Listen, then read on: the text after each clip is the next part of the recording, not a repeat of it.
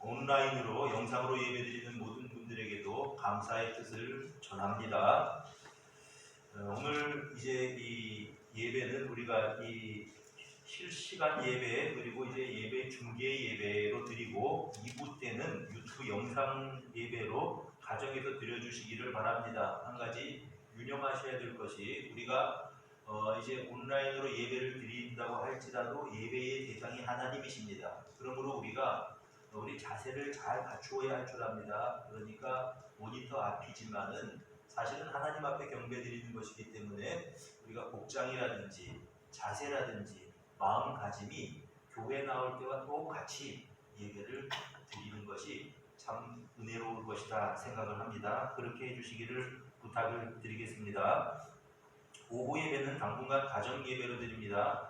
각 가정의 가장들이 이제 이렇게 하나님 말씀을 읽고 함께 찬송하며 예배를 드리시기를 바랍니다. 다음 주일은 부활주일입니다. 여러분 기쁨으로 부활에 동참하시기를 바라겠고요. 우리 마음을 담아서 이렇게 이제 헌금 봉투를 넣었는데 하나님 앞에 헌신해 주시면 감사하겠습니다.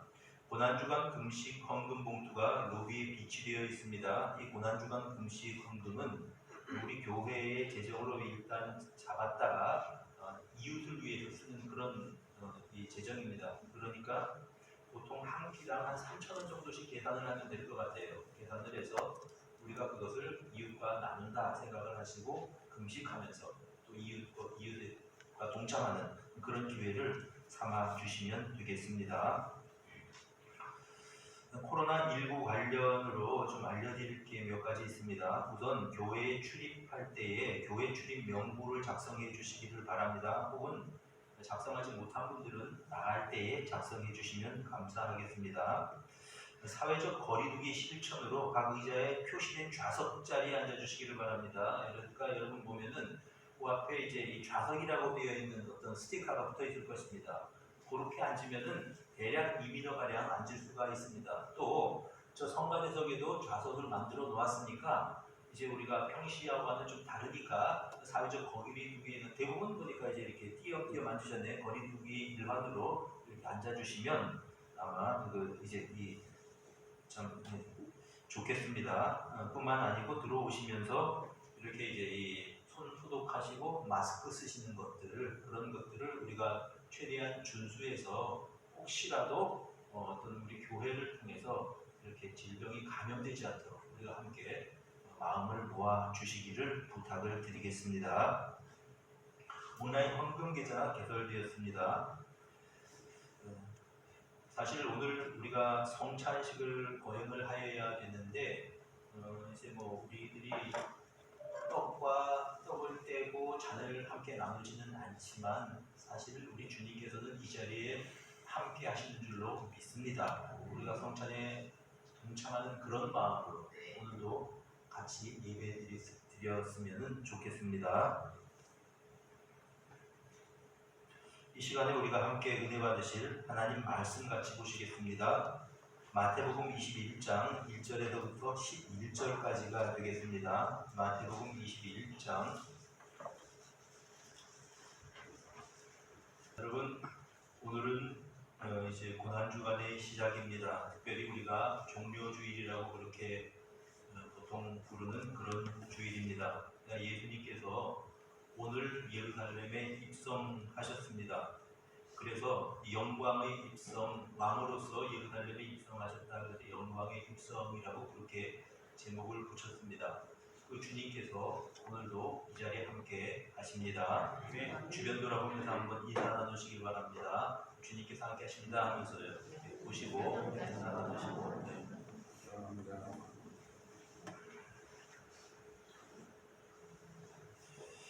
여러분 왜 종료주일이라고 이름을 붙였는가 하면은 사람들이 이제 나뭇가지를 꺾어서 예수님께 흔들었다. 우리 이름 본문에는 그렇게 나와 있는데 요한복음에는 종려나무라고 그렇게 이야기를 했습니다. 그래서 종료주일, 팜 선데이 이렇게 이제 이야기를 합니다. 그런데 이제 이 주일을 예수님께서는 이제 예루살렘으로 입성을 하시고 또 이제 성전을 청결하게 하시고요. 그 다음 이제 사두개인들과 바리새인들과 납세에 대해서 혹은 부활에 대해서 그들과 논쟁을 하기도 하십니다.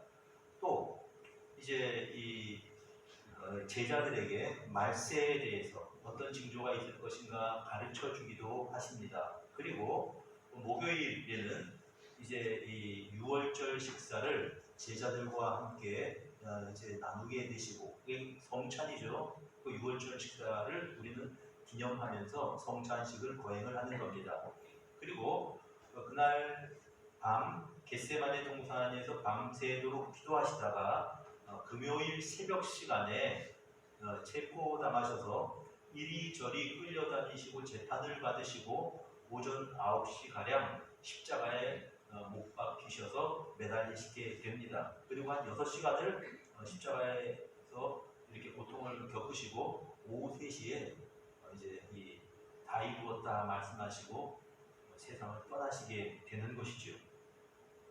그렇게 이제 처음 고난주간의 시작이기 때문에 종료주일 우리가 함께 성찬식도 거행하고 하는 그런 주일입니다.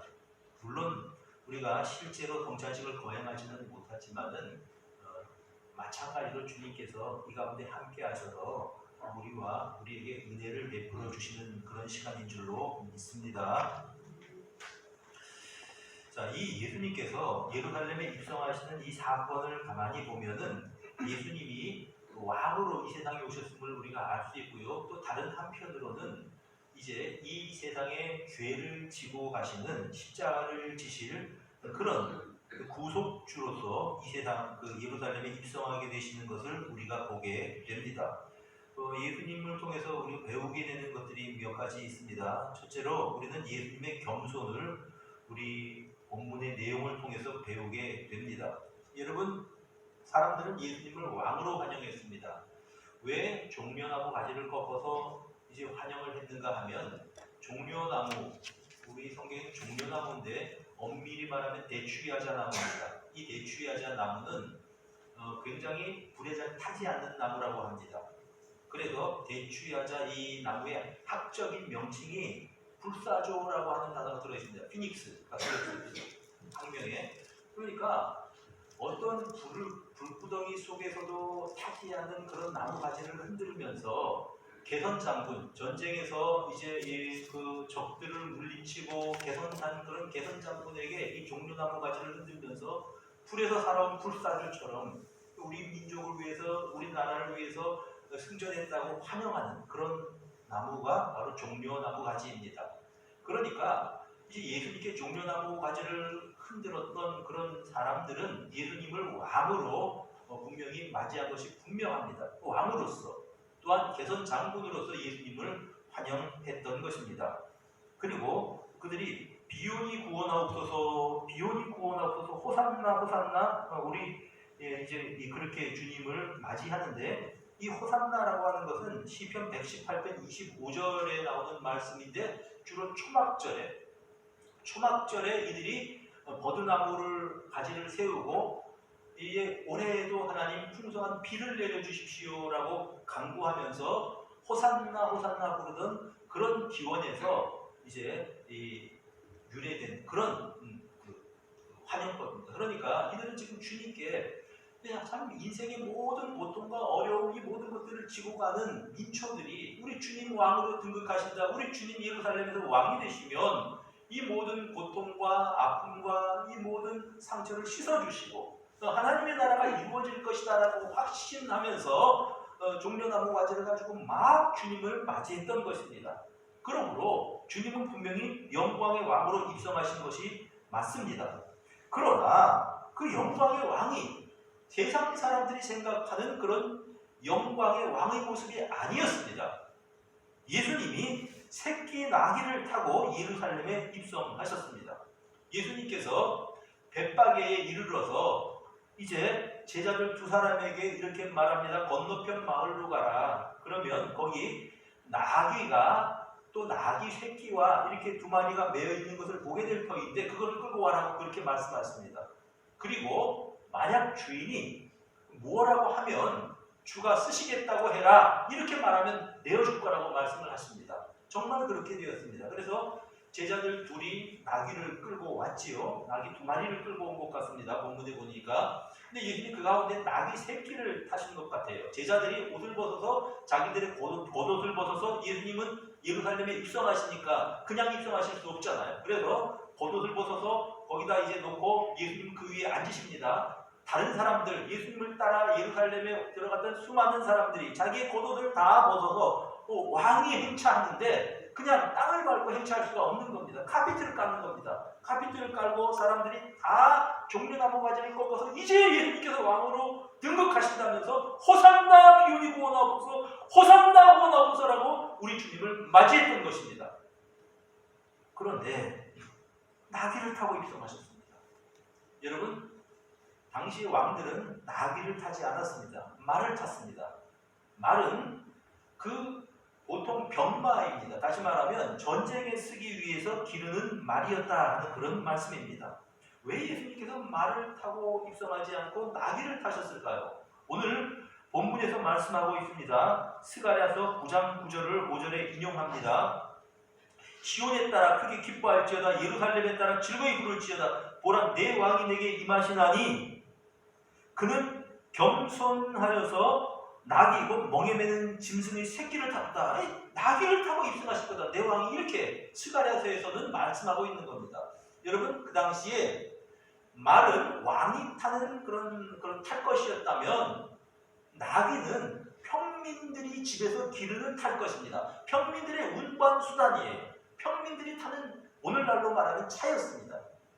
이게 고급차가 아니라 쉽게 말하면 뭐 경차 같은 거를 타고 입성하셨다. 쉽게 생각하시면 그렇게 이해하시면 될 겁니다.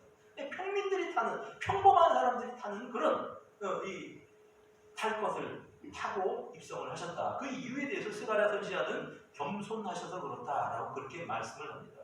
여러분, 말을 타고 입성하는 장군은 이제 이 칼을 통해서 상대를 제압하는 그런 무력을 써서 세상에 평화를 가져오는 장군이었습니다. 그러나 우리 예수님은 그런 분이 아니셨고 왕이셨지만 무력을 통해서 평화를 가져오시는 분이 아니셨고 겸손하게 세상에 평화를 만드시는, 십자가를 지셔서 세상에 참 평화를 주시는 그런 왕이셨다고 하는 말씀이십니다. 여러분, 예수님은 정복군주가 아니셨습니다. 예수님 태어나실 때 누가복음 2장 14절 여러분 다 아실 겁니다. 천군과 천사들이 나타나서, 여러분, 천군이 나타났습니다. 군대가 나타났어요. 그리고 주님께 대해서, 그 어린 아기 예수께 대해서 찬송하기를, 지극히 높은 곳에서는 이제 하나님께 영광이고 땅에서는 기뻐하심을 입은 자들 중에 평화로다, 이렇게 말씀을 하고 계시는 것을 우리가 발견하게 됩니다. 예수님은 이 세상에 평화를 주기 위해서 오신 분이시다, 그런 말씀입니다. 여러분, 예수님께서 체포당할 때 이제 성전 경비대원들이 예수님을 막 잡으려고 그러니까 이 베드로가 자기 칼을 빼서 그 가까이 있던 종의 귀를 잘라버렸습니다. 그 주님께서 그 베드로를 보고 뭐라고 책망하십니까? 이 칼을 가지고 칼집으로 집어넣어라. 칼을 쓰는 사람은 칼로 망한다. 내가 지금이라도 내 아버지께 구해서 12군단도 더 되는 천사들을 보내시게 하실 줄 없는 줄 아느냐? 이런 예수님은 말씀 한마디로 12군단 되는 천사들이 동원되어서 예수님 지킬 수 있었습니다. 그러나 그렇게 하지 말아요. 하나님의 말씀이 이루어져야 된다. 그리고 예수님께서 체포당하셔서 죽임을 당하신 것입니다. 예수님은 겸손의 왕이셨습니다. 예수님은 사람들 위해 군림하려고 들지 않으셨습니다. 오히려 사람들을 섬기려 오셨고 섬기셨고 또 우리들에게 사람들을 섬기라고 말씀하셨습니다. 마태복음 20장 26절과 27절을 한번 우리 보도록 하십시다. 마태복음 20장 26절과 27절 시작. 너희 중에는 너희 중에 누구든지 크고자 하는 자는 너희는 섬기는 자가 되고 너희 중에 누구든지 으뜸이 되고자 하는 자는 너희의 종이 되어야 하리라. 예, 그렇습니다. 우리에게 섬기라고 말씀하시고 또한 으뜸이 되는 자는 종이 되라고 말씀하셨습니다. 그리고 하신 말씀이 인자가 온 것은 섬김을 받으려고 온 것이 아니고 섬기려고 왔다. 자기 목숨을 대속물로 주기 위해서 오셨다고 이렇게 말씀을 하신 것입니다. 예수님은 하나님의 본체십니다. 예수님은 왕의 왕이십니다. 지금도 세상의 역사를 통치하시는 주님이 되시는 줄 우리는 믿습니다. 그런데 그분이 낮은 곳으로 오셨고 섬기려고 오셨고 섬김으로써 섬김의 극치가 십자가였습니다. 그렇게 세상에서 이렇게 이 섬기다가 우리 모두의 죄를 지고 십자가에서 죽으셨다고 하는 말씀입니다. 여러분, 참된 평화는 힘으로, 무력으로 아니면 경쟁으로 우리에게 주어지지를 않습니다. 여러분, 바람이 막 불 때 높은 나무에는 이제 그 바람이 가지가 그냥 막 뻗쳐 있고 그런 나무는요 바람을 세게 맞는 거죠. 바람이 불 때는요 이렇게 몸을 숙이면 바람을 좀 덜 맞습니다. 여러분, 낮은 곳에는 바람이 불지 않습니다. 그것이 주님이 우리에게 가르쳐 주시는 진리입니다. 사람들은 타인들의 시선에 의해서 자신의 정체성을 결정하려고 합니다. 나라고 하는 존재에 대해서 남들이 어떻게 평가하느냐에 따라서 내가 그런 사람이다라고 생각하려는 이상한 습관이 있어요. 그래서 이제 내가 남들보다 대접을 좀 못 받는다고 생각하면 자존심 상해합니다. 막 화를 냅니다. 또 이제 어떤 남들보다 내가 연봉을 좀 적게 받는다고 생각하면 막 속이 상합니다. 저 사람이나 나나 똑같은데 내가 저 사람보다도 더 나은데 나는 좀 연봉이 적다라고 생각하면 자존심 상해하고 막 화를 냅니다. 사람들이 나에게 선생님, 목사님, 뭐 무슨 어떤 사장님, 이사님 그러면서 아주 공손하게 그렇게 대해주면 굉장히 기분이 좋아지고 으쓱합니다. 여러분, 세상이 우리를 그렇게 만듭니다. 사람들은 학벌에 의해서 서로 비교하고 사회적 지위에 의해서 비교하고 직장이나 직위에 의해서 서로를 비교하면서 으쓱하기도 하고 또한 기분 나빠지기도 합니다. 그런데 여러분 한번 생각해 봅시다. 다른 사람들의 평가가 정말 나 자신일까? 다른 사람들이 보는 내가 정말 나의 진실한 존재 그 자체일까? 여러분 한번 생각해 보아야 합니다. 이것이 정말 나인가? 남들의 눈에 비친 나인가? 여러분, 그런 것 때문에 으쓱하고 그런 것 때문에 속상해하고 화를 내고 자존심 상해하고 하는 것들이 참 어리석은 거 아닙니까? 나의 본질이 무엇입니까? 여러분, 교회 생활에서도 마찬가지입니다. 여러분의 직분이 신앙의 척도가 아니라는 거 여러분 알고 계시죠? 여러분, 물론 여기 우리 교회 중직자 여러분들이 대부분 신앙이 좋은 분들입니다. 그러나 직분이 신앙의 정확한 척도가 아니라는 것을 여러분 알고 계십니까? 여러분, 나는 누굽니까? 나를 지으신 그분 앞에 서야지 나의 본 모습이, 나의 진짜 나의 모습이 나타나는 것입니다. 우리는 피조물입니다. 우리는 인간입니다. 우리는 연약한 존재들입니다. 우리는 죄인들입니다. 그러나 하나님이 사랑하여서 하나님의 자녀로 삼아주신 죄인들 아닙니까? 예수 그리스도 그분이 십자가를 지고 죽으신 것이 우리를 사랑하신 하나님의 사랑 때문이 아닙니까? 그래서 우리가 하나님 앞에 설 때 한없이 적은 존재이지만 버러지 같은 너 이스라엘아, 성경에서 말씀하신 것처럼 버러지 같은 존재이지만 그러나 이 시간 하나님이 우리를 귀히 여겨주셔서 자녀로 삼아주셨기에 이 시간 나와서 하나님 앞에 경배해드리는 그런 피조물이 우리 인간들입니다. 이것을 깨닫는 사람들, 남들이 나를 뭐라고 하든지 간에 교만해지지 않고 또 내 상황이 어떻든지 간에 여러분 그것 때문에 내가 비굴해지지도 않는 것입니다. 이런 사람 깊이가 있는 사람입니다. 여러분, 겸손한 사람은 남들이 나를 몰라준다고 낙심하지 않습니다. 여러분, 나귀를 타고 예루살렘에 입성하시는 예수님께서 나귀 타고 예루살렘에 입성하신다고 자존심 상해하시고 기분 나빠서 인상을 찌푸리셨을까요? 그렇지 않습니다. 예수님의 마음은 무엇을 타고 예루살렘에 입성하느냐 그것에 있었던 것이 아니고 예루살렘에 있는 사람들을 불쌍히 여기시면서 예루살렘아 예루살렘아 우시면서 기도하셨던 것이 예수님의 마음입니다. 사랑 때문에.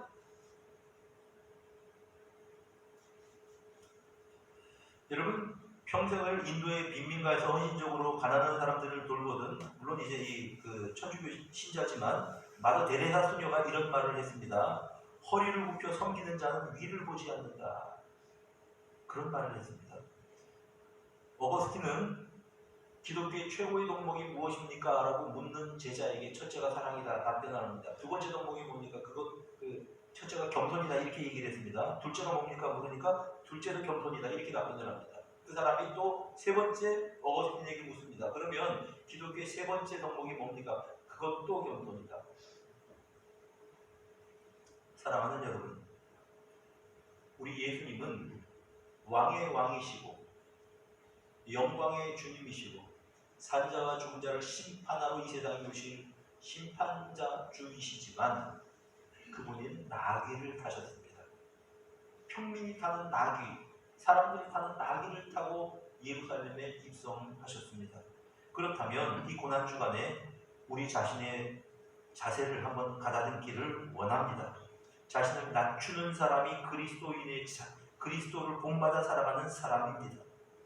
자신의 등에 주님을 태우고 예루살렘으로 묵묵히 걸어가던 나귀처럼 겸손하게 우리를 낮추시고 그리고 예수 그리스도를 태우고 주님을 높이고 이 고난주간 살아갈 수 있게 되기를 바랍니다. 둘째로 우리는 본문에서 예수 그리스도의 순종을 배우게 됩니다.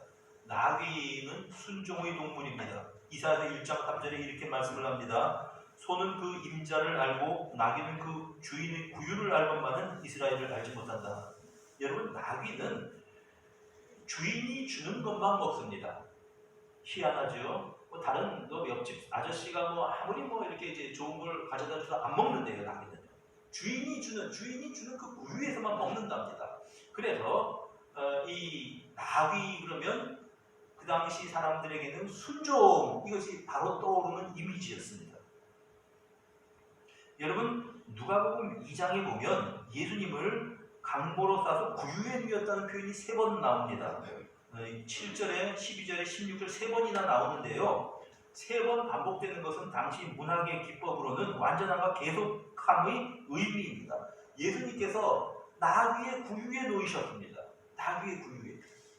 이건 뭐냐 하면 예수님의 삶이 처음부터 끝까지 온전한 순종의 삶이었다고 하는 의미입니다. 하나님과 동등하신 주님께서 인간의 모습을 입고 태어나신 것은 인류 구원을 하기 위해서 이제 이 계획을 세우신 하나님의 뜻을 순종하기 위한 위함이었습니다. 예수님의 삶의 모든 순간순간들은 성부 하나님의 뜻에 자신의 뜻을 순종시킨 성자의 순종이셨습니다. 요한복음 8장 29절은 이렇게 말씀을 합니다. 나를 보내신 이가 나와 함께 하시도다. 나는 항상 그가 기뻐하는 일을 행함으로 나를 혼자 두지 아니하셨느니라. 여러분, 항상 그가 기뻐하시는 일을 행함으로 항상 예수님은, 성자 예수님은 성부 하나님 기뻐하시는 일을 찾아서 했습니다. 그분이 하시는 말씀은 성부 하나님의 마음에 있는 말이었습니다. 그래서 예수님은 뭐라고 말씀하십니까? 내 아버지께서 내 안에 계시오. 내가 아버지 안에 있는 것을 너희가 알지 못하느냐. 이렇게 말씀을 하셨습니다. 예수님께서 아버지를 보여주십시오. 빌립이 그렇게 요구했을 때 나를 본 자는 아버지를 보았거든 어떻게 아버지를 보이라고 하느냐. 요한복음 14장에서 엄청난 말씀을 하십니다. 왜 그런 말씀을 하십니까? 하나님께서 예수님 마음속에 계셨기 때문에, 다시 말하면 성령으로 충만하셨기 때문에, 우리의 표현으로 말하자면 그렇다는 겁니다. 여러분, 예수님의 겟세마네 동산의 기도는 하나님의 뜻에 순종하기 위한 성자 예수님의 자기와의 싸움이었습니다. 하나님, 이 잔을 내게서 지나가게 해주십시오. 아버지의 뜻이라면은 이 잔을 내게서 옮겨주십시오. 할 수만 있거든. 여러분, 아버지의 뜻이라면 이 잔을 옮겨주십시오. 이것이 아니고 인류를 구원할 다른 방법이 있습니까? 아버지, 그렇다면 그렇게 좀 해주십시오. 아버지 나를 알지 않습니까? 얼마나 힘이 든지, 내가 얼마나 고통스러운지 아버지 아시지 않습니까? 내가 지금까지 우리 아버지의 뜻을 순종해서 여기까지 왔습니다. 성부 하나님께 기도하는 거죠. 성부여, 할 수 있거든. 십자가 길을 피해갈 수 있는 길이 있거든. 그 길을 좀 일러주십시오. 그런데요, 늘 성자 예수님과 인격적인 교감을 하시던 성부께서 아무 말씀도 하지 않습니다. 천사가 그냥 예수님을 도와주십니다. 아무 말도 없으셨던 성부 하나님의 들리지 않는 말이 있었습니다. 사랑하는 아들아, 이 길밖에 없다. 네가 십자가를 지는 길밖에 없다. 그래서 예수님은 나의 원대로 마시옵고 아버지의 원대로 되기를 원하였다. 밤새도록 기도하시다가 결국은 사람들에게 체포당하셨습니다. 예수님 십자가에 달리셨을 때 대제사장과 서기관과 장로들이 조롱합니다. 이제 마태복음 27장 42절에 그가 남은 구원하였으니 자기는 구원할 수 없도다. 그가 이스라엘의 왕이로다. 지금 십자가에서 내려올지어다. 그러면 우리가 믿겠노라. 십자가에 달린 예수님을 향해서 그들이 조롱하는 겁니다. 저가 남은 구원에서 이스라엘 왕이라고 하는데 한번 지금 내려와 보지. 어떤 사람들은 소리를 질렀을지 모릅니다. 한번 내려와봐. 그러면 믿을 테니까. 한번 보여줘. 당신 이스라엘 왕이라고 인정할 테니까. 십자가 있는 게 그게 왕이야? 무슨 왕이야? 여러분 십자가에서 같이 못 박혔던 강도들도 처음에는 그렇게 예수님을 조롱합니다. 여러분 예수님 마음 먹으셨으면 왜 못 내려오셨겠습니까? 마음 먹으셨으면 예수님 십자가를 거부하려고 하는 마음이 있으셨으면 여러분 왜 거기서 못 내려오셨겠어요? 그런데 예수님 그렇게 하지 않으셨습니다. 온전한 순종입니다. 온전한 순종. 왜 그렇게 순종하셨습니까? 나 때문에, 여러분들 때문에 그렇습니다. 그 방법이 아니면 여러분들을 하나님의 자녀로 삼으실 수 없기 때문에 예수님께서는 온전히 순종하시고 십자가에서 죽으신 것입니다. 사랑하는 여러분, 그렇다면 예수 그리스도의 제자로 내 몫에 태인 십자가를 지고 주님을 따르는 우리들은 예수님에게서 순종을 배우게 되는 겁니다. 여러분, 십자가 뒤에 부활이 있는 법입니다. 부활의 영광을 얻기 위해서는 십자가의 고통을 통과해야 되는 것입니다. 우리도 순종이라고 하는 자기 십자가를 지고 주님의 길을 따르는 우리 모두가 되기를 바랍니다. 순종하는 곳에 기적이 일어납니다. 아브라함이 아들을 번제물로 바치라고 하는 우리 하나님의 말씀을 듣고 그가 이제 모리아산까지 3일을 걸려 아들과 종과 함께 여행을 합니다. 여러분 그 사흘 동안 아브라함의 마음을 우리 상상해 봅시다. 얼마나 그의 마음속이 복잡했을까요? 이제 종을 두고 아들과 아버지가 같이 아들이 이삭이 등에 이 나무찜을 지고 모리아산으로 올라갑니다. 올라가면서 하도 이상해서 이삭이 아버지에게 묻습니다. 아버지, 다른 때 우리가 제사 지내러 갈 때는 불도 가지고 가고 칼도 가지고 가고 무엇보다도 양을 가지고 갔는데 지금 불과 칼과 또 이제 연료는 내가 지고 올라갔는데 아버지 양은 어디에 있습니까? 여러분, 아브라함이 아무것도 말해줄 수 없었습니다. 하나님께서 자기를 위해서 얘기하실 거다. 그리고 올라가서 단을 쌓고 자기 아들을, 다 장성한 아들을 거기 이제 번제단에 묻는 겁니다. 그리고 칼을 들고 아들을 죽이려고 하는 것입니다. 이 순간 하나님의 사자가 그에게 나타나서 아브라함아, 아브라함, 네 아들에게 손을 대지 말아라. 그러면서 하나님께서 그 사자를 통해 하신 말씀, 네가 네 아들, 네 독자까지도 아끼지 않았기 때문에 내가 이제야 나를 경외하는 줄을 아노라. 사랑하는 여러분, 순종을 통해서 여러분의 사랑을, 하나님에 대한 경외함을 보이십시오. 하나님께서 그거 보고 싶어 하시는 것입니다. 예수님이 십자가를 통해서 물론 삼위 하나님이 동등하신 분이시지만 성부 하나님께서 성자 예수님의 순종을 통해서 하나님 경외함을 분명히 확인하셨듯이 아브라함이 자기 아들을 그곳에서 이제 죽이려고 하는 그 순간까지 그것을 보시고 하나님이 내가 이제야 여호와 경외하는 줄을 아노라. 오, 주님 사랑합니다. 주님 나를 하나님 자녀 삼아주셔서 사랑합니다. 여러분 고백하시고 찬양하십시오. 그리고 또한 우리가 고백한 것처럼 순종하십시오. 우리 그거 보고 싶어 하십니다. 우리 주님 하나님 그거 보고 싶어 하시는 겁니다. 여러분 정말 하나님 사랑하십니까? 여러분 정말 하나님 사랑하십니까? 그러면 여러분 하나님 위해서 얼마나 헌신할 수 있습니까? 여러분 그거 보고 싶어 하십니까? 여러분 정말 교회를 사랑하십니까? 그러면 이 교회를 위해서 여러분 정말 시간을 드리고 재물을 드리고 헌신하고 싶어 합니까? 여러분 그런 사람이 교회를 사랑하는 사람일 것입니다. 여러분 정말 예수 그리스도를 사랑하십니까? 그러면 여러분 그분 때문에 여러분 손해보고 그분 때문에 복음을 전하다가 사람들에게 조롱을 받아도 여러분 자존심 상해하지 않고 그렇게 복음을 전하십니까? 여러분 그것 보고 우리 주님께서는 내가 이제야 여호와 교회인 줄을 아노라 말씀하실 것입니다.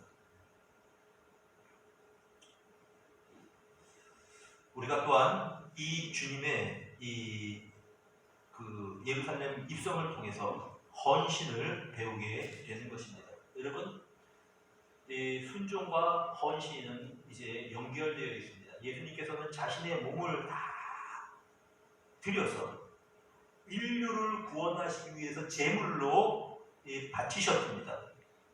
예수님을 따르던 사람들, 제자들은 자기 옷을 벗어서 겉옷을 벗어서 이 예수님 나귀에 깔고 예수님의 이 발에 깔고 그리고 예수님을 환영했습니다. 기쁨에 충만해서 호산나 비용이 구원하옵소서라고 그렇게 주님을 환영했습니다. 여러분 나귀의 주인이 누군지 모르지만 그러나 주가 쓰시겠다 하라 그 말 한마디에 자기 나귀를 내어주었습니다. 헌신입니다. 여러분 우리가 주님의 제자라고 한다면 이런 헌신, 주님처럼 헌신하는 이런 헌신이 우리에게 있어야 참 주님의 제자라고 하는 말씀입니다. 여러분 헌금의 원리가 무엇입니까? 내가 가진 소득 가운데 10분의 1을 드리는 것이 11조입니까? 그거 아닙니다. 그런 정신이 아니에요. 내 모든 소득은 내 모든 재물은 하나님의 것이라고 고백하면서 신앙 고백으로서 10분의 1을 드리는 것입니다.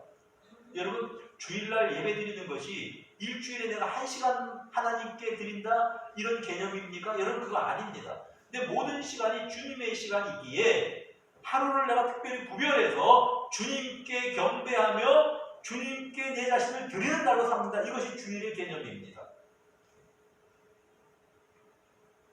여러분 우리는 하나님의 종입니다. 종은 주인이 하는 대로 순종하는 게 종입니다. 주인이 이거 가져오라 그러면 가져오고 가져가라 그러면 가져가고 이것이 우리는 종이라고 하는 말씀입니다.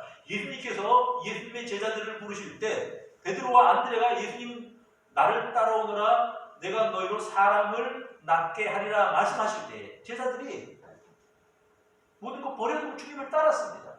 여러분 특별히 이 야고보와 요한 같은 사람은 부모님만 버려둔 것이 아니라 배와 그물을 버려두고 부모님 버려두고 주님을 따랐습니다. 만약 이들이 주님의 따름에 이렇게 이제 순종하지 않고 그냥 고기 잡고 있었으면 평생 그들은 고기 잡는 업으로 그들의 인생을 마쳤을 것입니다.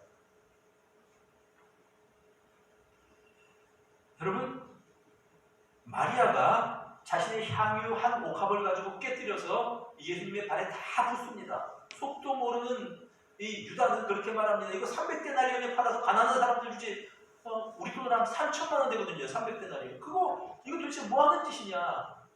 주님께서 뭐라고 말씀하십니까? 이 여자가 네 일을 내버려 두어라. 내버려 두어라. 이 여자는 나의 장례를 준비하거다. 여러분 아마 마리아가 미혼이었다면 마리아의 결혼 자금이었을지 모릅니다. 그걸 깨뜨려서 예수님 발에 부었어요. 이런 일이 없었다면 우리는 마리아가 누군지 기억하지 못할 것입니다. 여러분 정말 주님 사랑하십니까? 그러면 여러분 헌신을 통해서 주님 사랑하는 것을 보여주시고 우리 헌신을 통해서 우리가 주님의 제자임을 보여드립시다. 강도의 손에 칼이 들리면 흉기입니다. 그러나 요리사에게 손이 들린 칼은 요리도구입니다. 조각가의 손에 들린 조각도는 예술품을 만드는 도구입니다. 비록 우리는 부족한 인간들이지만 주님의 손에 잡히게 될 때 하나님은 우리를 통해서 위대한 일을 하시는 것입니다. 다시 한번 말씀을 드리게 되네요. 마더 데레사가 이런 이야기를 했습니다. 저는 하나님의 몽당연필입니다.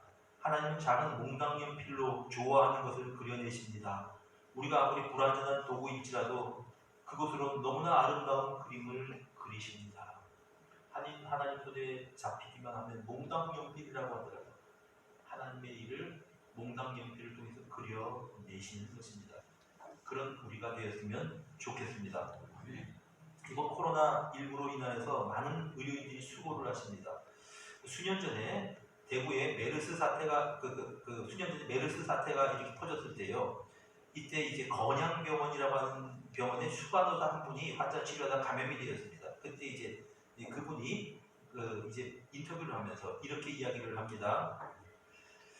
환자의 생사가 달린 위급한 상황에서 본인이 감염될까 두려워 환자의 치료나 처치를 망설이거나 포기하는 의료인을 나는 본 적이 없습니다. 그러면서 앞으로도 병이 이제 이렇게 나으면서 그런 얘기를 했어요. 앞으로도 나는 계속해서 희망의 끈을 놓지 않고 환자와 보호자들 곁에 있겠습니다. 그렇게 이야기를 했습니다. 이게 의료인의 사명감입니다. 내가 감염돼도 이제 환자들 곁에 있겠다라고 하는 것이죠. 사랑하는 여러분, 참 이런 고마운 분들 때문에 우리가 이제 이 코로나19를 이겨나가고 있는데요. 다시 한번 우리 그리스도인의 사명을 생각을 해봅시다. 나의 사명은 무엇일까? 나의 사명은 무엇일까? 여러분, 의료인의 사명 때문에 어쩌면 생명을 잃을지 모르는데도 환자에게 가겠다는 거죠. 나의 사명은 무엇일까? 그리스도인의 사명은 무엇일까? 사랑하는 여러분, 바울 사도는 이렇게 말합니다. 골로새서 1장 24절에 나는 이제 너희를 위하여 받는 괴로움을 기뻐하고 그리스도의 남은 고난을 그의 몸된 교회를 위하여 내 육체에 채우느라. 바울 사도의 고백입니다. 이제 주님은 나를 위해서 십자가를 지시고 나를 구원하셨으니까 그의 몸된 교회를 위해서 나는 내 몸에 그 고난을 채우겠습니다. 난 나의 남은 십자가를 교회를 위해서 받는 고난이라고 생각하고 그 고난 받겠습니다. 이것이 바울 사도의 고백입니다. 이것이 우리 모두의 고백이 되기를 바랍니다. 그래서 이제 주님의 몸된 교회를 위해서 누군가는 십자가를 져야 될 터인데, 사랑하는 여러분, 그 주님의 부름 앞에서 내가 주님을 위해서 십자가를 지겠습니다. 그렇게 고백하고 주님의 길을 따라가는 그런 주님의 손에 사로잡힌 비록 작은 존재지만 몽당연필처럼 주님 손에 사로잡힌 아름다운 그림을 그려내는 우리 성도님들 모두가 되시기를 주님의 이름으로 축복합니다. 기도합시다.